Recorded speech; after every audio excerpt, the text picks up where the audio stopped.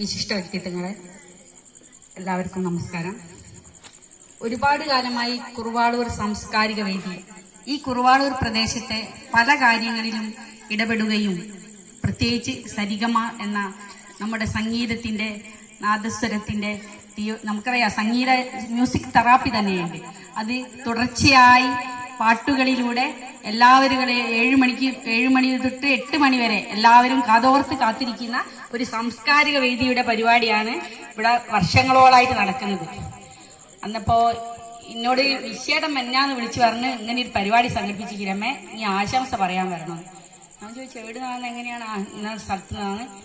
പറഞ്ഞായിക്കോട്ടെ. അവിടുന്ന് കുറച്ച് കഴിഞ്ഞപ്പോൾ ദിനേശ് ഏട്ടൻ എന്നോട് വിളിച്ച് രമ ഇങ്ങനെ ഒരു പരിപാടി ഉണ്ട്, പിന്നെ ആശംസ പറയാനായിട്ട് എന്തായാലും എത്തിച്ചേരണം. ഞാൻ പറഞ്ഞു അപ്പൊ തോന്നിയ ആളുണ്ടാവും, അത് സാറില്ല എന്തായോട്ടെ അങ്ങനെയൊക്കെ പറഞ്ഞു. ഇവിടെ എത്തിയപ്പോ എന്നോട് ഷിജില പറഞ്ഞ് ഇന്ന് ചേച്ചി വന്നിട്ടില്ല, അതുകൊണ്ട് നിങ്ങൾ മുഖ്യ പ്രഭാഷണം നടത്തണമെന്ന്. മുഖ്യ പ്രഭാഷണം എന്ന് പറഞ്ഞപ്പോ എന്താ പറയാ, എന്തായാലും ഇവിടുന്ന് പറഞ്ഞു നോക്കുക എങ്ങനെയൊക്കെയാ അത് എന്താണ് എന്നൊക്കെ.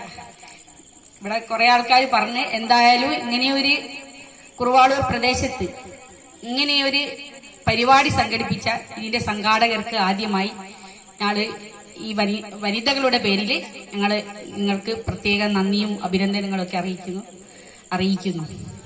നമുക്കറിയാം കരുത്താർജിച്ച സ്ത്രീകൾക്ക് നൽകുന്ന ആദരക സൂചകമായിട്ടാണ് ലോക അന്താരാഷ്ട്ര ദിനം ആചരിക്കുന്നത്. ഇവിടെ നമ്മുടെ അധ്യക്ഷയിലും ഉദ്ഘാടകയിലും അധ്യക്ഷനെ ഞാൻ പ്രത്യേകിച്ച് എനിക്ക് വിട്ടുതരാ, സോറി, പറഞ്ഞിട്ടുണ്ട്. ന്യൂയോർക്കിന്റെ ഹൃദയഭാഗങ്ങളിൽ 1500ഓളം കരുത്തുറ്റ സ്ത്രീകൾ അവർ ചെയ്യുന്ന തൊഴിലുകൾക്ക് ആനുപാതികമായ വേതനം കിട്ടാതിരുന്നപ്പോഴും വേതനത്തെക്കാൾ കൂടുതൽ സമയം തൊഴിലെടുക്കുകയും വോട്ടവകാശം ഇല്ലാതിരിക്കുകയും ചെയ്തപ്പോൾ അവരുടെ മനസ്സുകളിൽ നിന്ന് ഉരുത്തിരിഞ്ഞ ഒരു കരുത്താർജിച്ച പ്രക്ഷോഭത്തിന്റെ അനുസ്മരണമായിട്ടാണ് നാം ഇന്ന് ആചരിച്ചു വരുന്ന അന്താരാഷ്ട്ര വനിതാ ദിനം.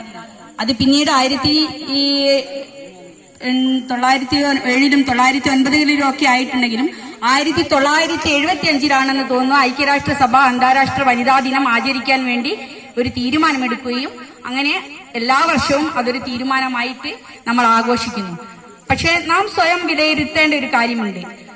ഓരോ വർഷവും മാർച്ച് 8 നമ്മൾ ആഘോഷപരമായിട്ടും മാർച്ച് 8 വനിതാ ദിനമായിട്ടും ആണെങ്കിലും ഭൗതിക സാഹചര്യങ്ങളാലും സാമ്പത്തികമായിട്ടും സാമൂഹികമായിട്ടും സ്വാതന്ത്ര്യപരമായിട്ടും നമ്മൾ ഒരുപാട് ആണവ തലങ്ങളിലൊക്കെ തന്നെ നമ്മുടെ ഇന്ത്യ ആയാലും കേരള ആയാലും നമ്മുടെ എല്ലാ സംസ്ഥാനങ്ങളായാലും വികസിച്ചു കഴിഞ്ഞിട്ടുണ്ട്. പക്ഷേങ്കിലും നമ്മൾ മൂല്യബോധത്തിൽ നാം എവിടെ എത്തിയിരിക്കുന്നു, അല്ലെങ്കിൽ നമ്മളുടെ കേരളം, അല്ലെങ്കിൽ നമ്മളുടെ നാട് കോഴിക്കോട് ജില്ല, അല്ലെങ്കിൽ നമ്മളുടെ പഞ്ചായത്ത്, അല്ലെങ്കിൽ നമ്മളുടെ പ്രദേശം, നമ്മൾ കുറുവാളൂർ പ്രദേശം എടുക്കുകയാണെങ്കിൽ ഓരോരുത്തർക്കും ഹൃദയത്തിൽ തൊട്ട് പറയാൻ പറ്റുമോ? ഓരോ വീടുകളിലും നമുക്കറിയാം ചാരിറ്റി ബിഗിൻസ് അറ്റ് ഹോം എന്നാണ് പറയാ, അല്ലെ? സനാതന ധർമ്മം അല്ലെങ്കിൽ നമ്മുടെ സദാചാരം തുടങ്ങുന്നത് ഓരോ ഗൃഹാങ്കണങ്ങളിൽ നിന്നാണ്.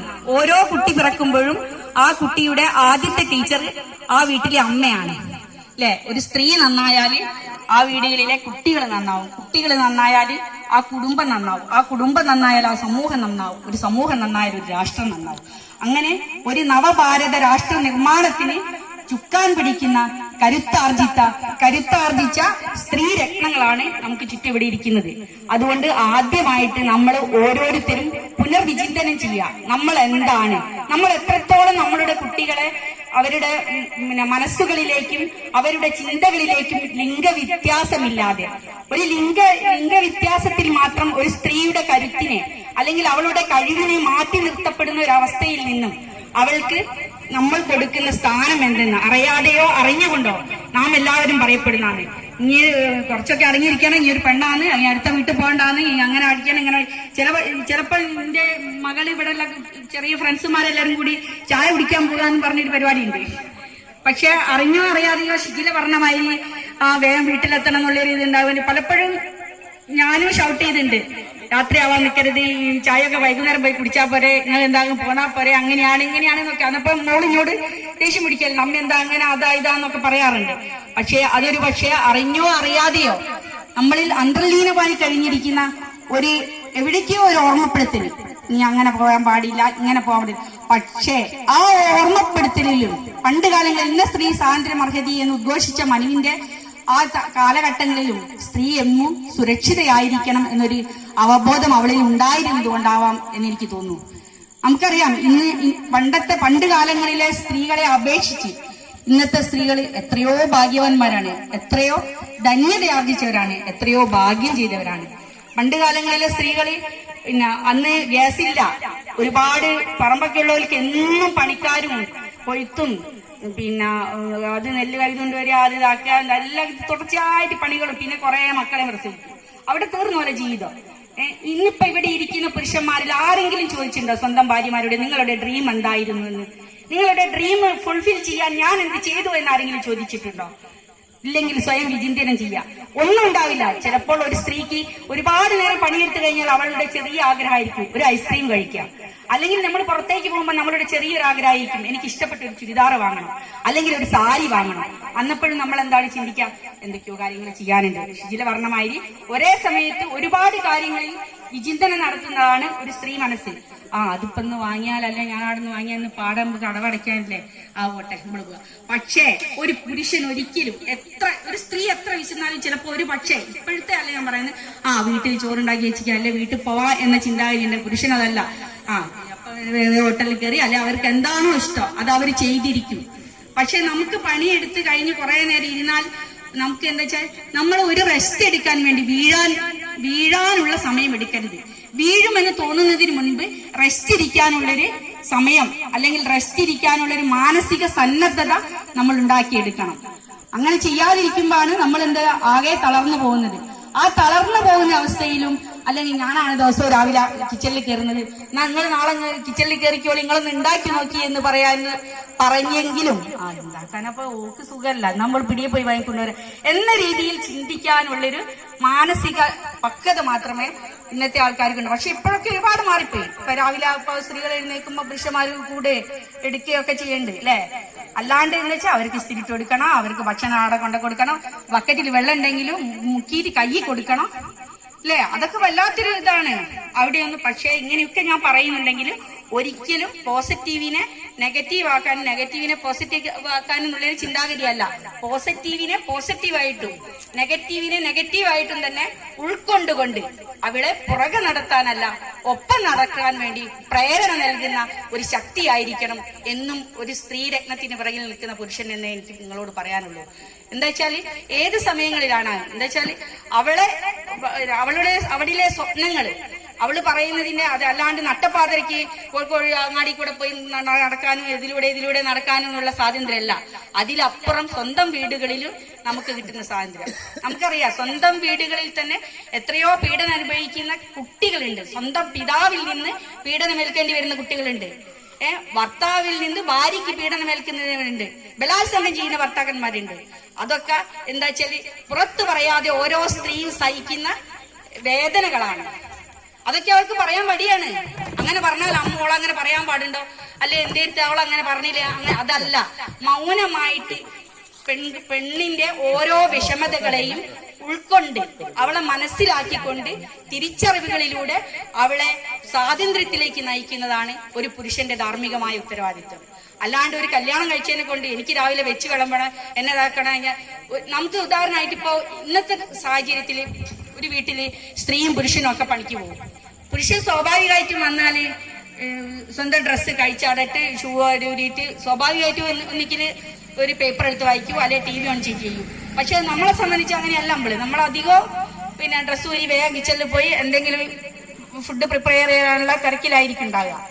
അതേമാതിരി തന്നെ തുല്യ ജോലിക്ക് പോയിട്ട് വേതനം വാങ്ങുന്ന തന്നെ ആളായിരിക്കും അവളും.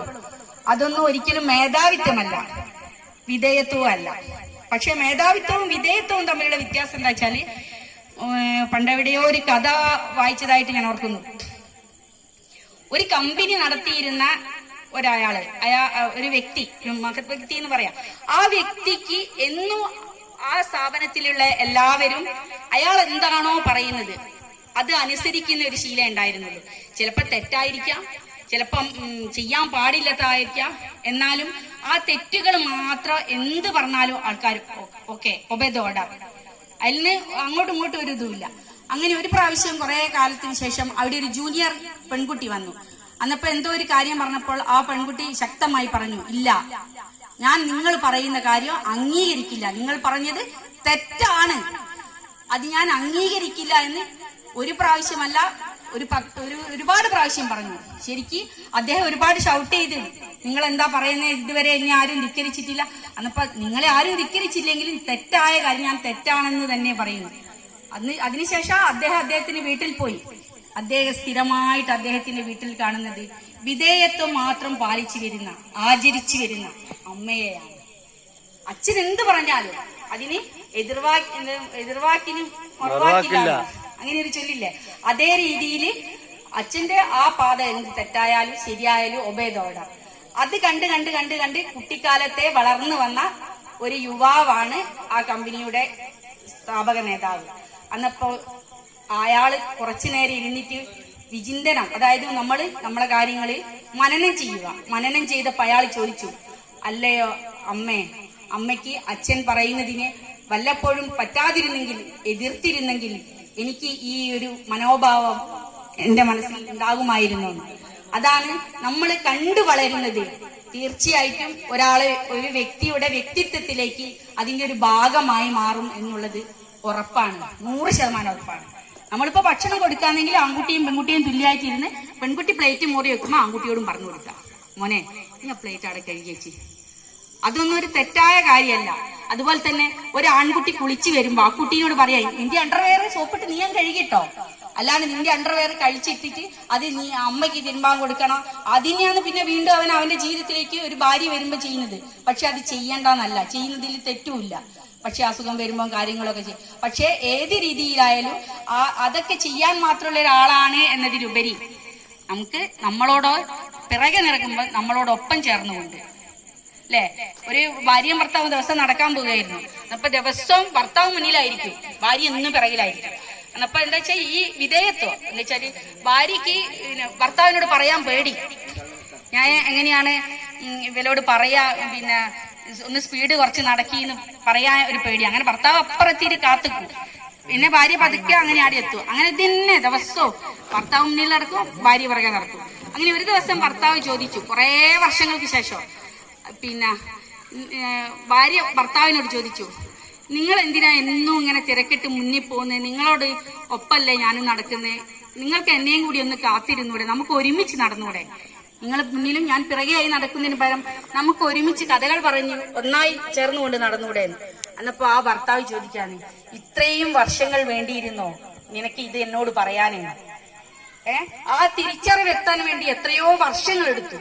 അതുപോലെ നമുക്ക് പരസ്പരം അണ്ടർസ്റ്റാൻഡിങ്, നമുക്ക് പറയാനുള്ളത് നമ്മൾ പറയാം, അംഗീകരിക്കുന്നതും അംഗീകരിക്കാതിരിക്കുന്നതും ഓരോരുത്തരുടെ ഇഷ്ടം. കുറെയൊക്കെ നമ്മൾ പറയാം, എല്ലാവർക്കും നമ്മുടെ 5 വിരലുണ്ടെങ്കിലും 5 വിരൽ വ്യത്യസ്തമായിരിക്കും, ഒരാളുടെ കയ്യിന്റെ 5 വിരലും വ്യത്യസ്തങ്ങളായിരിക്കും. അതുപോലെ തന്നെ നമ്മൾ 2 ഫാമിലിയിൽ നിന്ന് വരുന്ന ആൾക്കാരായിരിക്കും, 2 വ്യത്യസ്തമായ കൾച്ചറിൽ നിന്ന് വരുന്ന ആൾക്കാരായിരിക്കും, 2 വ്യത്യസ്ത സാമ്പത്തിക സാഹചര്യങ്ങളിൽ നിന്ന് വരുന്ന ആൾക്കാരായിരിക്കും, അങ്ങനെ പല ഫെസിലിറ്റീസിൽ നിന്ന് വരുന്ന ആൾക്കാരായിരിക്കും. അന്നപ്പോ ആ 2 വ്യക്തികൾ തമ്മിൽ ഒന്നിക്കുമ്പോഴുണ്ടാകുന്ന ഒരു കുടുംബ പശ്ചാത്തലത്തിൽ ചിലപ്പോൾ നമുക്ക് പെട്ടെന്ന് മാറ്റങ്ങൾ വരുത്താനൊക്കെ ഒരുപാട് പ്രയാസങ്ങൾ ഉണ്ടാവും. എങ്കിലും നമ്മളുടെ പാർട്ട്ണറോട് നിങ്ങൾ ഇങ്ങനെ ചെയ്തിരുന്നെങ്കിൽ നന്നാകാമായിരുന്നു, നമുക്ക് കുറച്ചുകൂടി ജീവിതം മനോഹരമാക്കാമായിരുന്നു എന്ന് നാം ഓരോരുത്തരും പറയുക. അതുപോലെ തിരിച്ചങ്ങോട്ടും ഒരു വുമൻസ് ഡേ ഒക്കെ ഉണ്ടെങ്കിൽ, അല്ലെങ്കിൽ ഒരു വെഡിങ് ആനിവേഴ്സറി ഒക്കെ ഉണ്ടെങ്കിൽ തിരിച്ചങ്ങോട്ട് ഗിഫ്റ്റ് കൊടുക്കുമ്പോൾ തന്നെ ഇങ്ങോട്ടും ഒരു ഗിഫ്റ്റ് വാങ്ങിക്കൊടുക്കാൻ ഉള്ളൊരു മനോഗതി, അതൊക്കെ ഒരു പക്ഷെ ഒരു ഗിഫ്റ്റിന്റെ വലിപ്പം എന്ന് പറയുന്നത് ഒരുപാട് വലിപ്പത്തിന്റെ ഒരുപാട് പൈസേന്റെതൊന്നല്ല. ആ ഒരു ചെറിയ ഗിഫ്റ്റിലും ആ ഒരു തിരിച്ചറിവിന്റെ ഓർമ്മപ്പെടുത്തലുണ്ട് എന്ന സത്യം, അതാണ് ഓരോ മനസ്സിനെയും സന്തോഷവതിയാക്കുന്നത്, അല്ലെങ്കിൽ ഓരോ പുരുഷനെയും സന്തോഷവതിയാക്കുന്നത്. ആ ഒരു തിരിച്ചറിവ് നമുക്കറിയാം, ലിംഗസമത്വത്തിലൂടെ ആണെങ്കിലും എങ്ങനെയാണെങ്കിലും. പക്ഷെ നമ്മുടെ ഈ പ്രദേശത്തൊക്കെ ഒരുപാട് മാറ്റമുണ്ട്. നമ്മുടെ ഈ പ്രദേശത്തെ നമ്മളെ ചുറ്റുപാടിലുള്ള നമ്മളുടെ സഹോദരങ്ങളൊക്കെ എല്ലാവരും തന്നെ നല്ല രീതിയിൽ ഒരു കുടുംബത്തെ പോലെ, ഒരു കുടുംബാംഗത്തെ പോലെയാണ് എല്ലാവരും. ഞാൻ ഇവിടെ കൂടിയിട്ട് 25 വർഷമായി. ഈ 25 വർഷവും എല്ലാവരും ഒരേ വീട്ടിൽ എവിടെ കണ്ടാലോ അല്ലെ രമേ അല്ലെ ഇങ്ങടപ്പൻ ഏത് രാത്രിയിലാണെങ്കിലും ഇവിടുന്ന് ഇങ്ങോട്ട് വരാൻ യാതൊരു പേടിയുമില്ല. എന്താ വെച്ചാൽ നിൽക്കുമ്പോൾ അറിയുന്ന ആരെങ്കിലും ഉണ്ടാവും, എന്ത് പേടിക്കാനാ, നമ്മളെ നാട്, നമ്മളെ സഹോദരങ്ങള്, നമ്മളെ ആൾക്കാര്. പിന്നെ അവിടെ ഇവിടെ വൈക്കലൊക്കെ എവിടെയെങ്കിലും അതായത് ഓർമ്മകൾക്കപ്പുറം ഏതോ ഒരു ലഹരിയുടെ പുറത്ത് മാറ്റം ഉണ്ടായിട്ടുണ്ടെങ്കിൽ മാത്രമേ അങ്ങനെ ഒരു തെറ്റായ ധാരണ ഉണ്ടാവാറുള്ളൂ എന്നാണ് എനിക്ക് തോന്നുന്നത്. പിന്നെപ്പോ മുഖ്യ പ്രഭാഷണം എന്നറിയാ, പിന്നെപ്പോ എന്തൊക്കെയാ പറയണ്ടേ,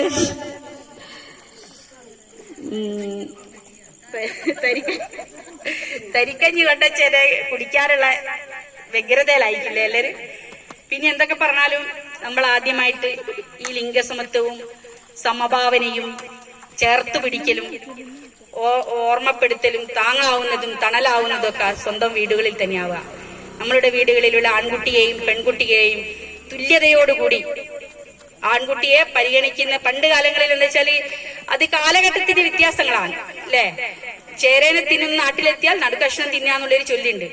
ആ കാലഘട്ടത്തിൽ ഒരു ആൺകുട്ടി ഉണ്ടാവുമ്പോ അച്ഛനും അമ്മയ്ക്കും വളരെ സന്തോഷമായി. എന്താ വെച്ചാൽ ആ ആൺകുട്ടി വളർന്ന് വലുതായിട്ടാണ് ആ കുടുംബത്തിന്റെ സംരക്ഷകനായി മാറുന്നത്. പക്ഷെ ഇന്ന് നമ്മളുടെ കാലഘട്ടവും കാലങ്ങളും നമ്മളുടെ ചിന്താഗതികളും അതായത് ഏറ്റിറ്റ്യൂഡ്, നമ്മളുടെ ഏറ്റിറ്റ്യൂഡിലാണ് ആദ്യം മാറ്റം വരുത്തേണ്ടത്.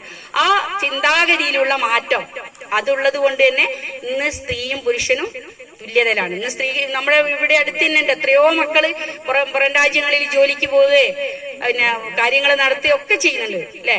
നമ്മുടെ അല്ലാണ്ട് നമ്മുടെ ചരിത്രങ്ങളിലേക്ക് നോക്കുകയാണെങ്കിൽ ഒരുപാട് പ്രഗത്ഭരായ നമ്മളുടെ പ്രധാനമന്ത്രി ഇന്ദിരാഗാന്ധി ഒക്കെ പറഞ്ഞിട്ടുണ്ട്, അമേരിക്കയെ പിന്നെ ഇന്ത്യയും തമ്മിലുള്ള യുദ്ധത്തില് അമേരിക്കക്കാര് പറഞ്ഞു, ഞങ്ങളുടെ യുദ്ധത്തിന്റെ 7ാം കപ്പല് ഇന്ത്യ മഹാസമുദ്രത്തിലേക്ക് ഞങ്ങള് വിടുകയാണെന്ന്. അന്നപ്പോ കരുത്താർജിച്ച നമ്മുടെ ഒരിക്കൽ വനിതയായ പ്രധാനമന്ത്രി പറഞ്ഞു, നിങ്ങൾ വിട്ടോളൂ, അത് തിരിച്ചയക്കണമോ വേണ്ടയോ എന്ന് ചിന്തിക്കുന്നത് ഞങ്ങളാണ് എന്ന്. ആ ശക്തമായ ഭാഷയിൽ കരുത്താർജിച്ചിട്ട് ഒരു സ്ത്രീരത്നമായിട്ട് പറയാൻ കഴിഞ്ഞിട്ടുണ്ടെങ്കിൽ ഉറപ്പായിട്ടും പറയാം നമ്മളുടെ ഈ ഭാരതത്തിലെ ഓരോ സ്ത്രീക്കും വളരെ ഉൾക്കരുത്തുണ്ട്. സ്ത്രീയുടെ പറഞ്ഞമായി ജൈവികമായി ശാരീരിക ഘടനകളിൽ സ്ത്രീയും പുരുഷനും ഒരുപാട് വ്യത്യാസങ്ങളുണ്ട്. ആ ഒരുപാട് വ്യത്യാസങ്ങളുടെ അടിസ്ഥാനമാക്കിയിട്ടായിരിക്കാം സ്ത്രീകളെ കുറച്ചുകൂടി സംരക്ഷകയാക്കണം എന്നൊരു രീതിയിൽ ഒരു ചിന്താഗതി ഉണ്ടായത്. ആ ജൈവികമായ മാറ്റങ്ങളില്ലേ, അതൊരു സ്ത്രീയെ പ്രകൃതിയോട് ബാക്കി സ്ത്രീ ഒരു നമ്മുടെ പാരമ്പര്യം നിലനിർത്താൻ വേണ്ടിയിട്ടും പ്രകൃതി നമ്മളെ സൃഷ്ടിച്ചിരിക്കുന്നത് അങ്ങനെയാണ്. ആ ഒരു വ്യത്യാസം ഉണ്ടെങ്കിൽ കൂടി ബാക്കി ചിന്താതലങ്ങളിലൊക്കെ പിന്നെ ശാരീരികമായി കുറച്ചുകൂടി കരുത്ത് ആണുങ്ങൾക്ക് ഉണ്ടാവും. പക്ഷെ മെന്റൽ പവർ കുറച്ചും കൂടി സ്ത്രീകൾക്ക് തന്നെയാണുള്ളത്. അതൊരു കഴിവാണ്, അതൊരു ഈശ്വരൻ കൊടുത്തൊരു കഴിവ് തന്നെയാണ് എന്തൊക്കെ പറഞ്ഞാലും.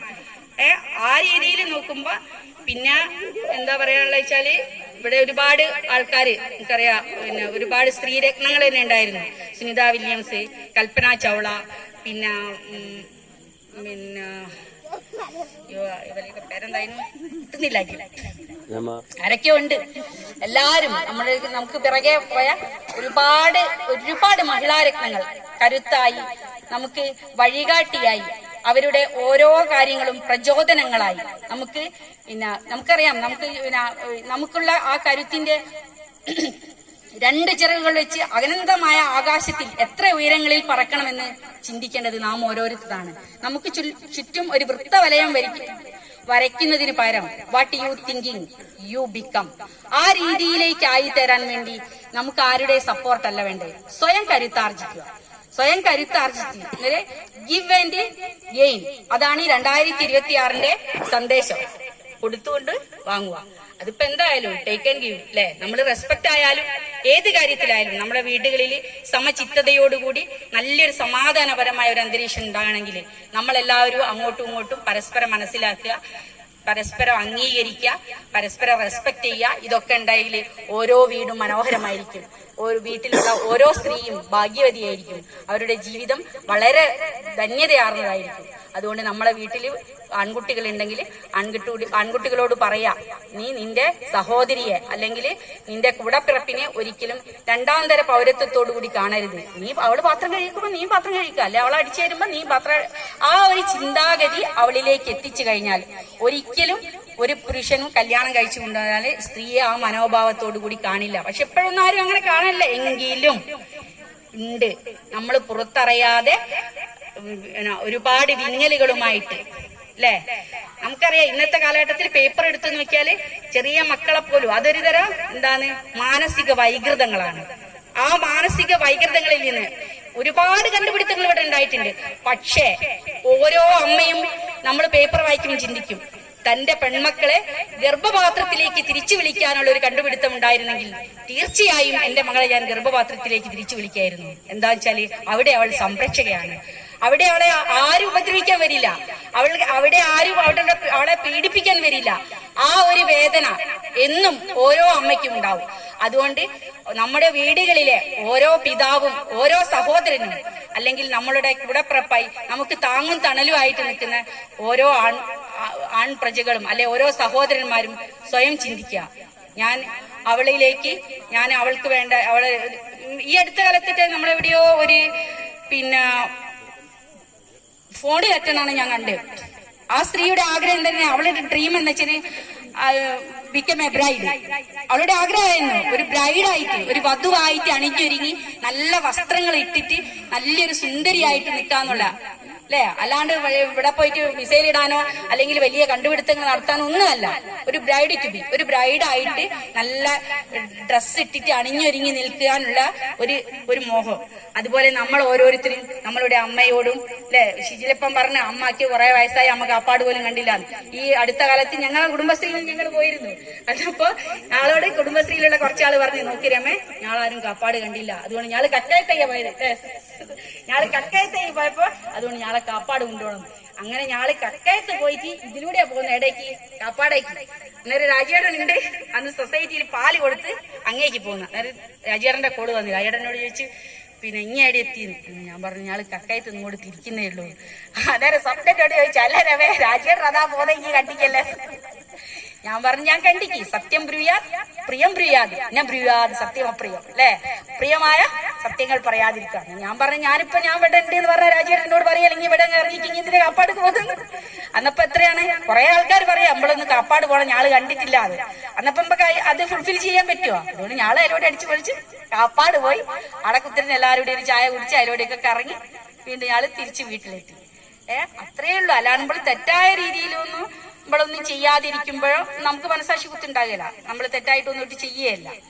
ആ രീതിയിലാവുമ്പോഴാണ് സ്ത്രീക്ക് സ്വാതന്ത്ര്യം കൊടുക്കരുത്, അല്ലെങ്കിൽ അവള് സ്വാതന്ത്ര്യം കൊടുത്താൽ അത് ദുരുപയോഗം ചെയ്യപ്പെടുമോ എന്നൊരു ചിന്താഗതി ഉള്ളത് കൊണ്ടാണ് സ്ത്രീ സ്വാതന്ത്ര്യം അർഹതയെന്ന് പണ്ട് പറഞ്ഞത്. അതുകൊണ്ട് ഇന്നുള്ള സ്ത്രീകളൊക്കെ ഒരുപാട് സ്വാതന്ത്ര്യമുള്ളവരാണ്. അതൊന്നും ദുരുപയോഗം ചെയ്യാതെ നല്ല രീതിയിൽ, വേണ്ട രീതിയിൽ സ്വന്തം കുടുംബത്തെയും കുട്ടികളെയും നമ്മുടെ സഹോദരങ്ങളെയും ഒക്കെ നോക്കി കരുത്താർജിച്ച് കരുത്തുറ്റ ചിറകുകൾ വെച്ച് സ്വന്തം സ്വപ്നങ്ങളെ പൂവണിയിച്ചുകൊണ്ട് അവരുടെ സ്വപ്നങ്ങളുടെ പദങ്ങളിലേക്ക് എത്തിച്ചേരട്ടെ എന്ന് ആശംസിച്ചുകൊണ്ട് എല്ലാവർക്കും ഞാൻ ഒരു വനിതാ ദിന ആശംസകൾ നേരുന്നു.